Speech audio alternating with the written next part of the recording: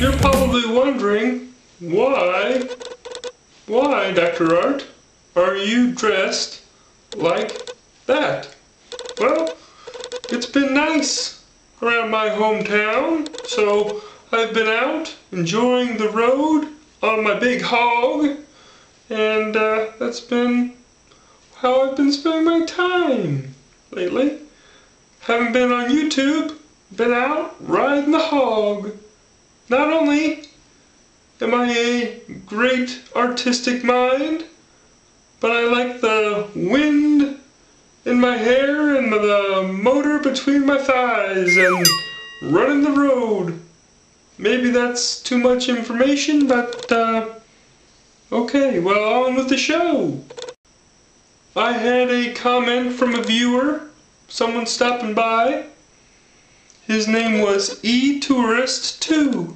He wrote me saying, "Nice idea, hope to see some actual, no gloss, to the point, art critique soon." Well, etourist2, you, my friend, are the subject of my first bona fide, actual critique of a YouTube viewer. For those of you that don't know David, or Tet, he is from Australia.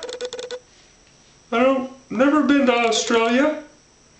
I've seen some Aboriginal stuff, some of their ceramic spit painting. You know, one of the interesting things about other countries is they do things differently there. I know this isn't really to the point like you suggested or requested, but in the United States we're having our presidential campaigns, and I don't know, do you have a president or a prime minister or something there? You know, like in the United States we have a president, like I said, we're having our campaigns, and you know, the nice thing about America, anyone can be the president. Yeah, that's one of the risks we take. They can call on you at any minute.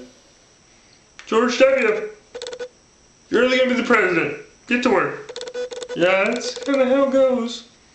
Yeah. And anyway, to the point, he's an acrylic paint artist. He has got some sort of cat fetish thing going. I don't quite understand if there was some kind of story about it on his little homepage website deal, but I kind of lost track of what I didn't want to read it, so I didn't read that, but he said any artist will tell you that making hands or drawing hands, human hands, is the most difficult, or one of the most difficult things to do. And that's, I hate to say, I disagree, but I disagree. Drawing human hands is difficult, but so is drawing butterflies or chickens on the side of the road, or a house, or a barn, or whatever. Drawing one thing is identical to drawing anything. Now, you might say, Dr. Art, you're a puppet. I am not going to take advice from a puppet, so I'll give you some background. You go and look at a book, read a book. I have read this book. This is a book I have actually read. And it's called Drawing on the Right Side of the Brain. I can't remember who Dr. Lady Art. But it's called Drawing on the Right Side of the Brain, and it's all about how to draw. And in that book, I think even in the first chapter, it says, drawing one thing is identical to drawing anything else. Yep. Right there, black and white. In his works, I have a few examples of his works that I'm going to show. They range in cats from Mother's Bed to Leapfrog Jack and Spring Water Jack and Tumbles the Kitten. All these will be shown on the screen here, and they're all pretty catty and you know, kind of cutesy catsy stuff. Not what I would hang in my house, but I can see, you know, he definitely has some skills. His skills are developing.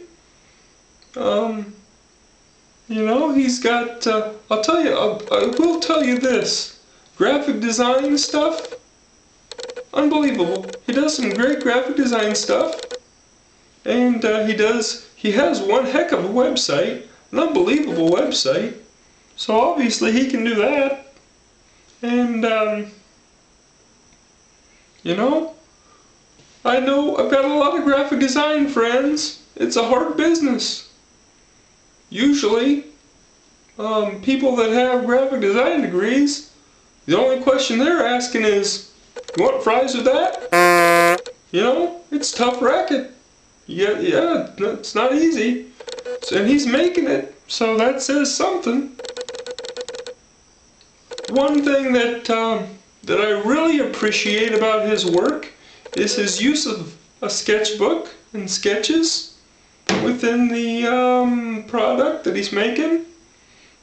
Here in Tumbles the Kitten, he started out by making some sketches in a sketchbook. So I don't have any sort of score or whatever. I guess it is what it is at this point, you know. I don't know. Now on to our favorite segment of the Dr. Art Show that I like to call You Pissed Me Off!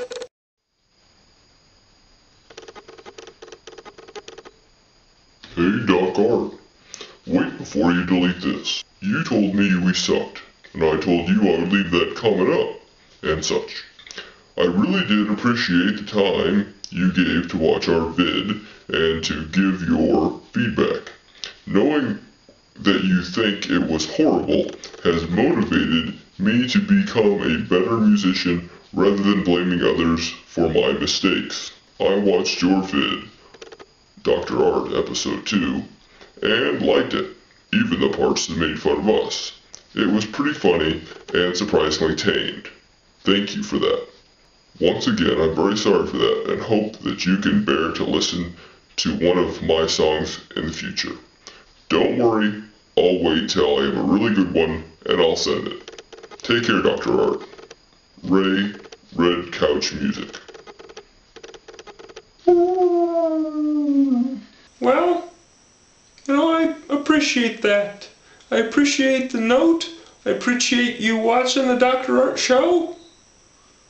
But I was not forgotten, young man. Here's what I'm willing to do, boys. Even the moron that you had that cussed me out and called me a fag, although that is highly offensive language, young man, I can forgive and forget if you can do one of two things. One, you either redo George Baker's Selection cover, and I will use that for my personal whatnot, or option two, write your own song for everyone's favorite segment of a puppet show, and that is You Pissed Me Off. You guys have a good night out there in YouTube land, and we'll see you soon, alright? Yeah! The Dr. Art Show, brought to you in part by Musée d'Orsay Puzzles. 54 pieces, all Van Gogh.